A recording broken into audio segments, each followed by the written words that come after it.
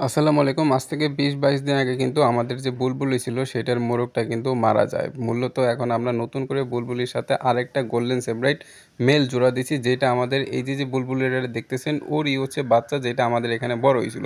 তো এই শৌখিন মুরগির রুমে যখন আমরা নতুন জোড়া দেই, জোড়া দেওয়ার পর আমরা এই ডিম পাড়ার জন্য হাঁড়িটা দেই। হাঁড়িটা দেওয়ার পর আমাদের বাইরে থেকে আমরা খাবার দিতাম, ভিতরে হাঁড়িটা চেক করতাম না। তো আজকে হঠাৎ দেখলাম যে বুলবুলি ওটার ভিতরে বসা। তো এইটা বের করে আমি নিজে অনেক অবাক হয়ে গেছি। দেখি ওটার ভিতরে ৫ টা ডিম এবং ডিমগুলা ও জমায় ফেলাইছে এবং আমাদের যে বুলবুলি ও একদম ওমে চলে আসছে।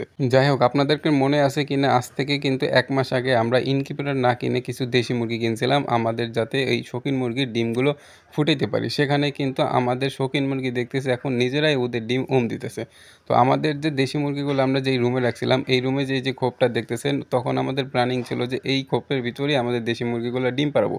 কিন্তু মেইন প্রবলেম হইছে আমাদের এই খোপটা আজকে ভেঙে ফেলতে হবে। আর ভেঙে ফেলার মূল কারণ হচ্ছে আমাদের এই রুমটা উচ্চতা অনেক কম। যে কারণে দিনের বেলা বা দুপুরবেলা যখন প্রচণ্ড পরিমাণে রোদ হয়, তখন আমাদের এই দেশি মুরগিগুলার থাকতে অনেক কষ্ট হয়। তারপরেও আপনারা অনেকে আমাদের কাছে বলতে পারতেন যে, "ভাই, যেহেতু এই খোপটা রেডি আছে, তৈরি আছে, এটা আপনি কেন ভাঙতেছেন?" এটা মূলত ভাঙার মূল কারণ হচ্ছে আমরা এই খোপটা আমাদের এই রুমের ভিতরেই তৈরি করছিলাম।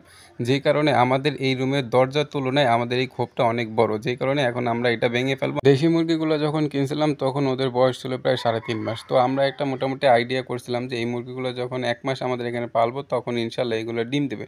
কিন্তু ১ মাসের বেশি পালন করার পরও এখনও দেখতেছি এই মুরগিগুলো ডিম দিতেছে না।